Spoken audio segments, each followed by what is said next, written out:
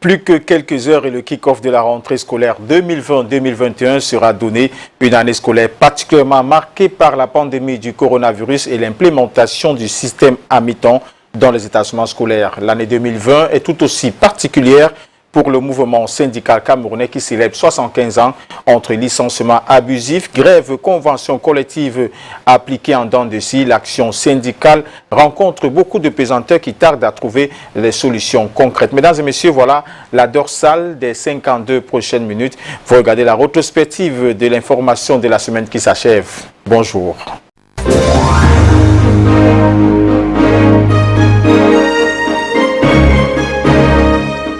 Le mouvement syndical camerounais a 75 ans et à cette occasion, l'UGTC, l'Union générale des travailleurs du Cameroun, organise une conférence en prélude de cette célébration. Samuel Baha et Stéphane Binac étaient de la partie. Né sous la dynamique coloniale, Gaston Donat de nationalité française enseignera aux jeunes Camerounais les valeurs syndicales à une échelle inférieure. Dans les gènes de ces Noirs asservis par les Blancs, sommeille la volonté de voir leurs conditions sociales être améliorées. En 1944, naîtra l'Union des syndicats confédérés du Cameroun. Ces actions sont reconnues dès 1945. En prélude aux festivités marquant le 75e anniversaire de la Fédération syndicale mondiale et de son mouvement camerounais, l'Union générale des travailleurs du Cameroun plante le décor au cours d'une conférence de presse ce jour à Douala. C'est tout ce qu'on a pu avoir amélioré au Cameroun à l'époque, c'était ce mouvement syndical. Alors, de 1960 à 1990 au Cameroun, il a été inexistant. Inexistant. Parce qu'il était inféodé au parti au pouvoir. Le syndicat, un bras séculier pour les travailleurs en rapport à la défense de leurs intérêts. Les entreprises sont-elles devenues une sorte de guillotine face aux employés? 80% seulement peuvent respecter les droits des travailleurs, mais les 80% des autres employeurs ne respectent pas les droits des travailleurs. Le mouvement syndical et l'État du Cameroun, une bataille sempiternelle. Quelques points d'ombre ont été cependant revisés. Il faut dire 2000 d'ailleurs, nous avons commencé à augmenter les salaires dans certains secteurs d'activité. Une minorité de syndicats camerounais est parfois taxée d'être un instrument au service du gouvernement. Certains employés, à tort ou à raison, préfèrent se prendre en charge eux-mêmes.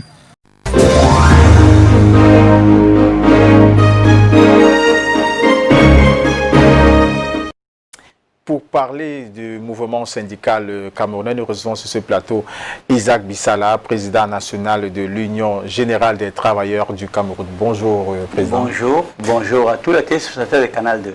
Comment vous vous sentez aujourd'hui? C'est quand même 75 ans du mouvement syndical. Oui, je suis ravi d'abord d'être ici. Vous me permettez d'abord de remercier Canal 2 qui est toujours aux côtés des travailleurs camerounais et qui ne ménage qu'un effort pour nous venir en aide à chaque fois que nous avons à célébrer un événement comme celui qui commence demain.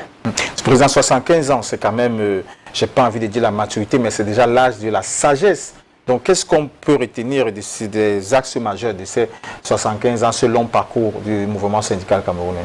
Oui, je pense que lorsque nous parlons de 75 ans de l'anniversaire du mouvement syndical camerounais, de 75 ans du mouvement syndical camerounais, il faudrait dire que nous sommes partis de très loin. De très loin, et ça n'a pas été vraiment un fleuve tranquille.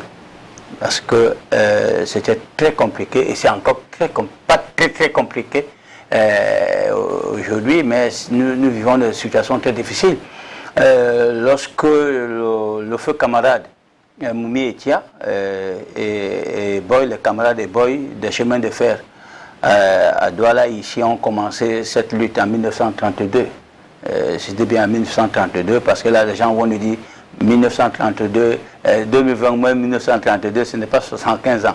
Non, il faudrait dire ici que nous parlons de 75 ans lorsqu'on a reconnu la première confédération syndicale au Cameroun, qu'on appelle Union des syndicats confédérés du Cameroun, donc c'était le 15 avril 1945, c'est pourquoi c'est 75 ans. Mais bien avant, le camarade Moumi Etia avait déjà commencé à créer la Micaline. On ne voulait pas entendre parler des syndicats, on parlait seulement de la Micaline des travailleurs des chemins de fer.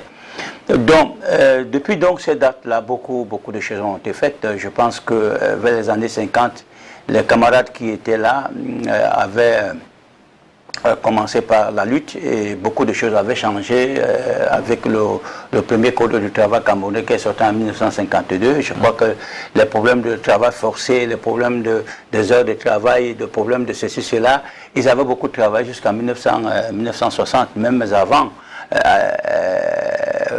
Avant 1952, je crois que beaucoup, à partir de 1946 d'ailleurs, dans les documents que nous avons, ils avaient commencé déjà à faire certains mouvements pour pouvoir échanger les conditions de vie des travailleurs. Pratiquement, quand nous partons de 1960 à 1990, cette période-là, nous ne voulons pas beaucoup la parler parce que le parti au pouvoir avait à l'époque repris pratiquement, brigadé le mouvement syndical camerounais et nous n'avons pas beaucoup fait parce que c'est le parti qui faisait.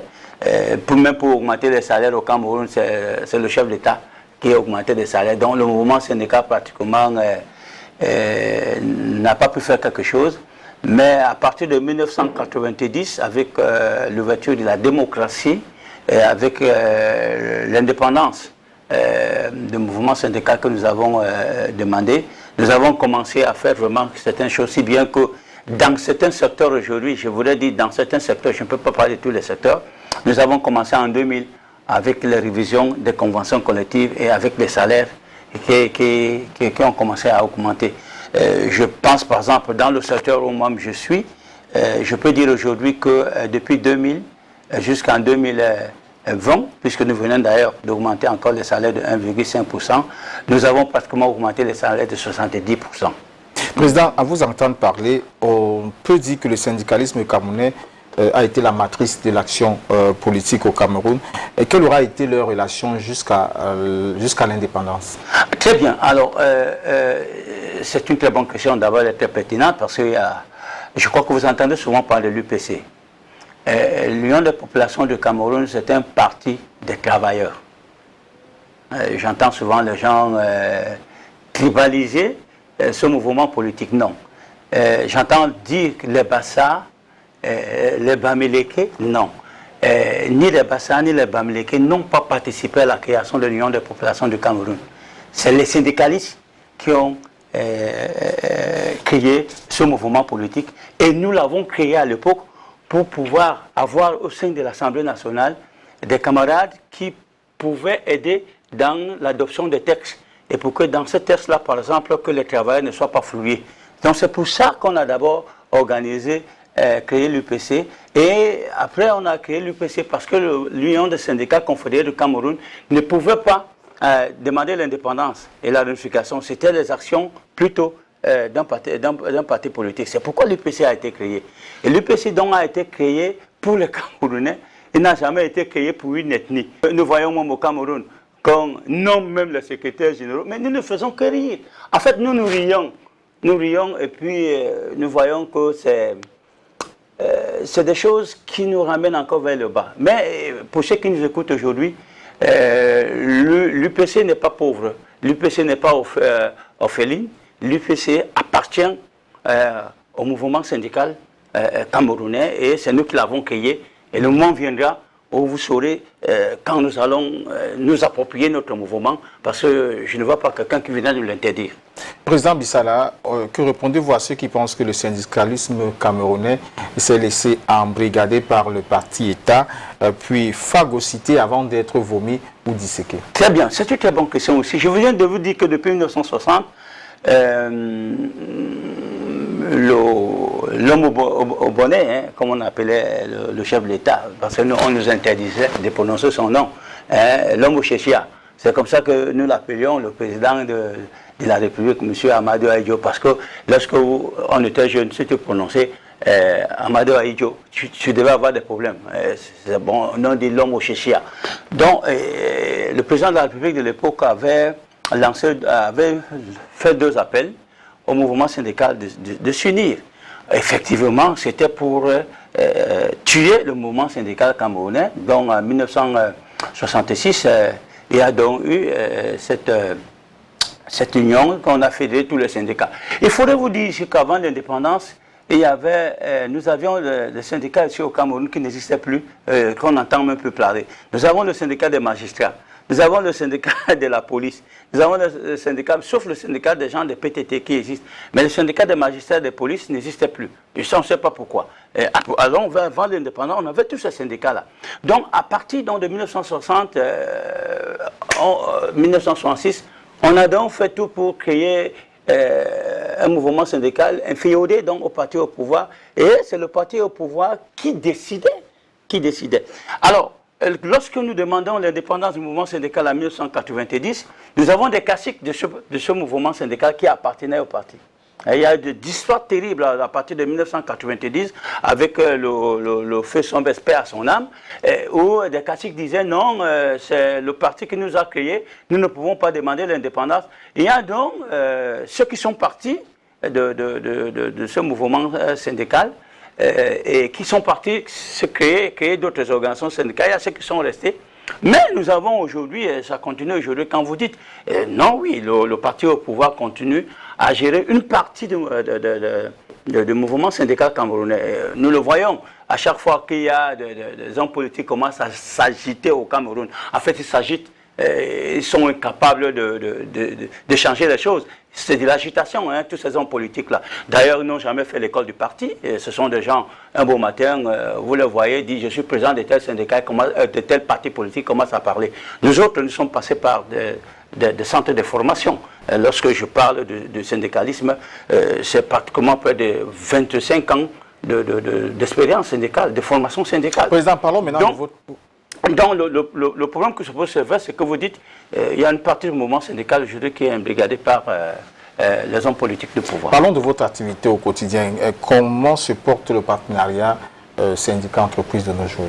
Oui, nous avons déjà commencé à tenter avec l'accord, avec l'appui du Bureau international du travail, à avoir au Cameroun le bipartisme entre les employeurs et les travailleurs. Mais là aussi, ce n'est pas facile. Là aussi, ce n'est pas facile. Non seulement on ne voit pas ça d'un bon oeil, parce que lorsque nous avons une coalition employeurs et travailleurs, le gouvernement a des fois peur de voir ce genre de trucs. Et puis, de l'autre côté ici, que ce soit les travailleurs, que ce soit les employeurs, beaucoup ne comprennent pas qu'il faudrait que nous soyons ensemble, employeurs et travailleurs, parce que nous retrouvons dans l'entreprise. L'entreprise n'appartient pas à l'employeur. L'entreprise appartient à deux partenaires qui apportent chacun sa part. Hein. Il y a un investisseur et il y a un producteur. Le producteur, qui est le travailleur, apporte sa force physique et sa force intellectuelle. L'autre apporte de l'argent pour pouvoir essayer d'investir. Donc les deux forment l'entreprise. Ils sont donc obligés de se retrouver pour essayer de réfléchir comment doit marcher l'entreprise. Mais à une seule condition, qu'il faut que le travailleur sache qu'il y a quelqu'un qui manage, pas qui dirige. Il faudrait qu'il y ait la nuance, parce qu'aujourd'hui, on parle de management, on ne parle pas de diriger. Donc il y a quelqu'un qui dirige. Donc il faudrait que le travailleur accepte qu'il y a quelqu'un qui dirige. Mais l'entreprise appartient à ces deux partenaires, et ce qui fait en sorte que nous devons avoir de bonnes relations, pas des relations de compromission.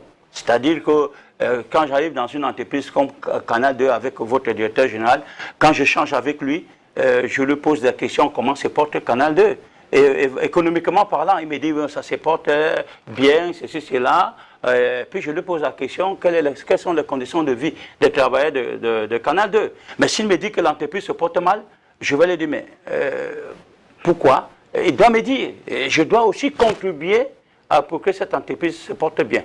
Donc je ne dois pas seulement venir ici dire à votre employeur, augmente les salaires, faire ceci, c'est du populisme là, ça c'est pas du syndicalisme, ça c'est du populisme. Je dois savoir si Canal 2 se porte bien ou mal, et je dois contribuer et voir après le niveau de vie des travailleurs de Canal 2. C'est comme ça que je dois fonctionner, parce que l'entreprise c'est pour nous deux. Je ne dois pas venir faire, si je suis dans une entreprise et que je trouve que les travailleurs ne donnent pas le meilleur d'eux-mêmes, je serai très faible. Mais si on vous donne la mauvaise information en entreprise? Non, on ne doit pas me donner la mauvaise information. D'abord, je voudrais vous dire qu'il n'y a aucun système, aucun service de renseignement plus performant dans le monde qui dépasse le syndicat. J'ai toutes les informations, là où je suis au Cameroun. Tout ce qui se prépare au Cameroun, à tous les niveaux que ce soit, qui concerne les travailleurs, je suis au courant. Donc, si l'employeur me manque, et je saurais qu'il me manque. Puisque celui qui travaille dans l'entreprise, c'est le travailleur. Celui qui est à la comptabilité, c'est le travailleur. Celui qui est au niveau des finances, c'est le travailleur. Mais comment je peux gober des fausses informations si j'ai les travailleurs que je viens aider et qui ont des vraies informations? Donc, je dois avoir les bonnes informations. Autant que pour pouvoir défendre les intérêts des travailleurs, je dois avoir les bonnes informations. Et il me faut un service de renseignement puissant pour pouvoir me donner ces informations. Président Bissala, l'OIT, l'Organisation internationale du travail, depuis quelques années, est en train de promouvoir un concept de travail décent. Oui. Que renferme-t-il? Le travail décent renferme 4 piliers. C'est d'abord la création d'emplois. Lorsque je prends Canada 2, ce n'est pas que c'est ça, je pense seulement une entreprise comme Canada 2. Lorsque il y a les 4 piliers, c'est d'abord la création d'emplois durables. Ce qui veut dire que Canal 2 doit, économiquement parlant, à un moment donné, doit créer des emplois de jeunes. Alors, créer des emplois de jeunes dans la transparence. Ce qui veut dire que lorsqu'on veut recruter ici à Canal 2, on doit passer par le Fonds national de l'emploi pour donner la chance à tous les Camerounais. Mais lorsque Canal 2, par exemple, peut recruter par des voies que nous connaissons, à ce moment-là, nous ne pouvons pas dire qu'il y a de la transparence. Il faut respecter les droits des travailleurs, donc les droits fondamentaux au travail. Et par exemple, les conventions internationales que le Cameroun a ratifiées, par exemple, la liberté syndicale et tout ça, la négociation collective et tout ça, il faut les respecter. Troisièmement, il faut la protection sociale. Tous les travailleurs qui travaillent ici au Canal 2 doivent être immatriculés à la CNPS et l'employeur doit reverser à temps les cotisations sociales. Et il faudrait que la Caisse nationale de prévoyance sociale qui reçoit dans ces cotisations puisse traiter équitablement les travailleurs. Et on peut donc dire maintenant que la protection sociale est respectée. Et le 4e pilier, c'est le dialogue social. Alors, ça, c'est très important, le dialogue social. Il faudrait donc que quand j'arrive dans une entreprise, que je trouve qu'il y a un dialogue franc entre l'employeur et le travailleur. Et nous avons des instruments de dialogue social qu'on appelle le comité d'entreprise. Dans ce comité d'entreprise, on peut échanger sur la situation économique de l'entreprise, on peut échanger sur le niveau de formation des travailleurs, sur le niveau, les résultats vis-à-vis du secteur d'activité. On peut discuter des problèmes de conflits. Donc, ce qui veut dire que dans l'entreprise, il y a vraiment un dialogue qui fait en sorte que... et puis, c'est couronné par ce qu'on appelle la démocratie d'entreprise. La démocratie d'entreprise, c'est lorsque vous donnez la possibilité à un travailleur de dire ce qu'il pense en ce qui concerne la marche de l'entreprise sans qu'il soit sanctionné. Mais est-ce que ça, c'est possible? Oui, il y a, je vais vous dire aujourd'hui qu'à partir de cette année-ci, nous avons par exemple le directeur général du Fonds national de l'emploi qui a accepté que dans sa convention collective, qu'on mette une disposition sur la démocratie d'entreprise. Donc je pense que lorsque les employeurs commencent donc à accepter la démocratie d'entreprise, nous allons vers le dialogue social. Isaac Bissala, vous avez fait une démonstration là de ce que l'OIT pense du travail décent. Oui. Si on revient dans notre réalité au Cameroun, est-ce une réalité le travail décent? Non, je voudrais vous dire que nous sommes à la recherche du travail décent au Cameroun. Et je peux vous dire, nous avons quand même une poignée au Cameroun, des entreprises citoyennes. Ce n'est pas ces entreprises citoyennes qui vont souvent acheter les avoirs que nous voyons. Non. Ce que nous pensons des entreprises citoyennes, il y en a au Cameroun. Nous avons une petite poignée qui là où on peut parler du travail décent. Mais on peut évaluer ça à 20%. Mais il y a 80% des entreprises aujourd'hui où tout reste à faire en ce qui concerne le travail décent. D'ailleurs, le travail n'est même pas respecté dans l'entreprise. Isaac Bissala, est-ce que les entreprises vous prennent au sérieux? Très peu d'entreprises me prennent d'ailleurs au sérieux. Très peu. Je vais vous dire que je suis par exemple ici aujourd'hui à Douala. J'ai eu l'appel de certains employeurs qui me demandent de venir donner mon avis sur certaines choses dans leur entreprise. Donc, cela me respecte. Cela me respecte. Mais il y en a certains, quand ils apprennent que je suis là, je veux les rencontrer, dites-lui que je ne suis pas là. Mais c'est encouragé par quoi? Ou bien qu'est-ce qui amène à avoir ce regard méfiant? C'est la culture. C'est la culture de l'entreprise. C'est la culture. Non, les dispositions peuvent bien être là, mais vous avez des gens qui vous disent est-ce qu'il m'a aidé à créer mon entreprise? Vous voyez, ça c'est ce qu'on attendait vers les années 40. Qu'il y en a certains hommes d'affaires aujourd'hui au Cameroun qui disent encore aux travailleurs si tu ne veux pas travailler, tu pars. Hein. Il y a d'autres qui sont là. Non, c'est un langage qui ne tient pas. qui ne tient pas. Donc, lorsque vous avez un syndicaliste, il faut plutôt prendre le syndicaliste comme quelqu'un qui vient vous aider dans le management de votre entreprise. Ne le prenez pas comme un adversaire. Parce qu'il y en a certains qui pensent que lorsque je viens dans une entreprise, c'est pour dire au travailleur gréver. Non, non, ce n'est pas ça. La grève, d'ailleurs, on ne peut pas utiliser la grève aussi facile. C'est une arme très fatale. Donc, pour qu'on arrive à lancer un mode de grève dans une entreprise, il faut réfléchir par deux fois. Il faudrait vraiment que nous soyons obligés de faire cette grève. Donc, quand je viens, je discute avec vous, c'est pour le bien de cette entreprise, parce que je sais qu'il y a les travailleurs là-bas qui ont le droit et qu'il faudrait que l'entreprise vive pour que ces travailleurs aussi aient leurs droits. Mais Isaac Bissala, parlons des droits des travailleurs. Est-ce que le syndicat a été associé aux mesures prises par les entreprises dans le cadre des licenciements et du chômage technique en vue ou alors à cause de la Covid-19 qui sévit actuellement? Alors, je vous répondrai par non. D'ailleurs, nous étions très étonnés. Nous sommes avec le JICAM et puis JICAM était en train de présenter son rapport. Et dans ce rapport, nous apprenons qu'il y a 14 000 travailleurs qui ont été licenciés à cause de la Covid-19. Alors, nous, on s'est posé la question de savoir comment on peut mettre 14 000 travailleurs dehors et que les syndicats ne soient pas au courant. Et nous nous sommes rapprochés du ministère du Travail, que lui aussi, parce qu'il y a toute une procédure. Pour mettre les travailleurs dehors, il y a toute une procédure. Hein? C'est l'article 40 du Code du travail qu'il faut respecter. Et il y a aussi tout un texte sur le licenciement économique. Donc, vous ne pouvez pas venir comme ça, vous décidez, je mets les gens dehors. Mais en ce moment, qu'est-ce que fait le syndicat? Mais nous n'avons pas été au courant au moment où on mettait les gens dehors. Maintenant que nous avons 14 000 travailleurs dehors, il y a deux problèmes qui se posent. D'ailleurs, il faudrait vous dire que j'ai dit à ces employeurs, lorsque vous avez des difficultés économiques, vous mettez les travailleurs dehors, vous tuez encore les entreprises. Parce que vous baissez le pouvoir d'achat, les gens ne peuvent pas. Mais le problème que nous sommes avec le gouvernement. D'ici peu de temps, nous allons demander au gouvernement, comme on a fait ailleurs, on a pris en charge ces travailleurs. Donc il faudrait quelque part que quelqu'un prenne en charge ces travailleurs qui ont été licenciés à cause de la Covid-19. Donc il faudrait qu'on nous dise exactement qu'est-ce qu'ils vont devenir, parce qu'ils sont là dehors et ils ne travaillent pas. Et d'ailleurs, j'ai vu le directeur du Fonds national de l'emploi qui est prêt de rencontrer ces travailleurs, parce que normalement, avant de les mettre dehors, on devait les mettre à la disposition du Fonds national de l'emploi pour leur reconversion. Mais même le directeur général du Fonds national de l'emploi n'a pas été au courant qu'on a mis 14 personnes dehors. Donc, 14 000. Donc, il y a des compétences qui sont là dehors qu'il faut vite récupérer, parce que ces compétences peuvent apporter quelque chose dans l'économie du Cameroun.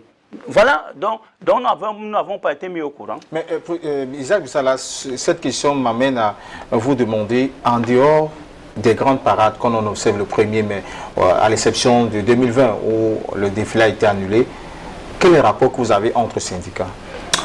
Bon, nous n'avons pas, même là aussi, nous faisons de notre mieux depuis un certain temps d'avoir l'intersyndical. Depuis, on a commencé depuis 2001 au Cameroun d'avoir l'intersyndical. Mais c'est très compliqué. Nous ne sommes pas de la même idéologie. Nous sommes des idéologies différentes. Et mettre les idéologies différentes ensemble. Et d'autre part, il y en a certains qui sont au syndicat, pas vraiment pour la défense des intérêts des travailleurs. Ils sont là pour d'autres fins. Pour d'autres fins, nous voyons par exemple à Yaoundé, beaucoup de choses qui se font à Yaoundé, des informations que nous avons de certains de nos camarades ne nous poussent pas à aller faire cette intersyndical. Parce qu'on a comme l'impression qu'il y en a certains qui viennent espionner les autres pour aller dire exactement ce qui se passe. Donc ça m'amène à vous dire, à penser que vous êtes d'accord avec ceux qui disent que les syndicats camerounais sont faibles ou alors complaisants vis-à-vis de ces patrons d'entreprise ou alors de ces dictateurs d'entreprise qui ne respectent pas les conventions, qui ne respectent pas l'employeur, et le syndicat regarde et pour certains applaudissent. Oui, je ne peux pas généraliser. Je viens de vous dire ici aujourd'hui, c'est parce que les travailleurs camerounais ne savent pas aussi remercier les syndicats. Je vous ai dit ici qu'il y a certains secteurs à qui, depuis 2000, on a augmenté près de 70%. Dans ce secteur-là, les syndicats... Mais il y a aussi, je peux aussi l'affirmer aujourd'hui que les syndicats sont faibles. Oui, ils sont faibles. Et il faudrait que j'explique aux gens ce qu'on appelle les syndicats faibles. Parce que nous sommes responsables aussi, en tant que syndicalistes, lorsque l'économie du Cameroun marche mal, il faudrait que les gens le sachent. Parce que notre force, les gens nous attendent, la force du syndicat, pour nous voir gréver, pour nous voir faire ceci. C'est là où les gens pensent que le syndicat est fort parce qu'il grève, parce qu'il fait ceci. Oui, c'est pratiquement après, s'il y a un effet. Mais avant ces grèves, avant ces manifestations, qu'est-ce que nous faisons pour que l'économie soit forte au Cameroun? Nous avons aussi à faire des formations des travailleurs sur la productivité, et sur l'esprit d'entreprise, sur tout et tout et tout. Nous avons aussi cette mission-là. Mais nous n'arrivons pas à le faire. Parce que peut-être, il manque de moyens aussi. Nous sommes un pays où, si on veut, on peut rentrer au syndicat. Et il manque de moyens au syndicat pour faire tout ça. Bon, nous avons demandé au gouvernement, à l'époque du parti unique, la Confédération syndicale avait pratiquement près de 100 millions par an pour pouvoir faire l'éducation ouvrière. Ben, depuis qu'on a demandé l'indépendance, bon, il fallait attendre le ministre du Travail qui est là pour qu'on vienne donner, je crois, c'est 30 millions divisé par... Et 30 millions ne peuvent même pas suffire pour un séminaire. Mais est-ce que ce n'est pas la précarité des présidents du syndicat qui est le principal frein à l'action syndicale? Oui, ce n'est pas seulement la précarité, ce n'est pas seulement le mouvement syndical, c'est partout. La précarité, c'est dans les hommes de l'Église. Vous voyez, il y a des problèmes dans les hommes de l'Église, à cause de l'argent. Vous avez dans les partis politiques, il y a des partis politiques qui naissent chaque jour, parce que quelque part, on sait qu'on peut donner quelque chose. Et c'est la même chose au niveau des syndicats. Mais nous devons éviter ça, parce que nous ne devons pas faire du Cameroun un pays d'achat de conscience. C'est pas bon ça. Nous n'allons jamais arriver à nous développer si le Cameroun reste encore un pays d'achat de conscience. On veut faire ceci, il faut acheter telle personne, il faut faire ceci, il faut faire cela. Non, ce n'est pas ça. Il ne s'agit pas de ça. Nous n'allons pas nous développer si nous restons dans cette logique-là. Il ne faut pas acheter les gens. Mais il faut faire en sorte que chacun vive. Si vous êtes de l'église, il faudrait que votre église fasse tout pour avoir un canevas pour que les pasteurs et les prêtres vivent décemment, pas qu'ils soient là en train de faire des choses comme nous voyons souvent les raquettes, les escroqueries et tout ça. Vous avez au niveau des partis politiques. Quand des partis politiques ici au Cameroun, quand ils savent que tel parti politique a des problèmes avec le gouvernement, vous les voir ranger du côté du gouvernement pour dire qu'ils n'avaient pas le droit de faire ceci, parce que quoi, ils attendent qu'après on va leur donner quelque chose. La même chose dans les syndicats. Quand il y a un problème, vous avez les syndicats qui viennent dire que le plus beau, ceci, c'est là, machin, parce que de l'autre côté, on va leur donner quelque chose. Mais c'est ça le Cameroun. Mais nous n'allons pas nous développer avec ça. Nous n'allons pas nous développer avec ça. Issa Bissala, on sait que la crise socio-politique au nord-ouest a entraîné la fermeture de beaucoup d'entreprises dans les régions du nord-ouest et du sud-ouest. Est-ce que vous avez déjà été appelé pour le grand dialogue afin de proposer des solutions à la reconstruction de ces zones-là? Nous vous remercions. Alors, ça me permet de dire ce que nous avons fait. Nous avons tout fait ici au Cameroun pour qu'il n'y ait pas la guerre. Nous avons fait des propositions parce que nous savions que s'il y a la guerre, nous devons arriver là où nous sommes aujourd'hui. Nous avons même saisi le cardinal Toumi en envoyant un document pour interpeller les églises à vite se réunir parce que nous pensions que les églises pouvaient être écoutées. Nous avons envoyé au cardinal Toumi. Nous avons envoyé au gouvernement nos propositions en disant rentrez en dialogue avec ces personnes, faisons ceci, faisons cela, personne ne nous a écoutés. Je vais d'ailleurs vous dire qu'ils ont commencé à faire les rencontres au niveau du Premier ministère pour pouvoir essayer de préparer ce grand dialogue. Mais il a fallu que nous essayions de nous poser la question si on existait dans ce pays. Et on a fait semblant de nous inviter chez le Premier ministère. Chez le Premier ministre, il ne nous a même pas réussi. On a été reçu par, je crois, son chef de cabinet, et puis voilà. Nous avons, après, nous avons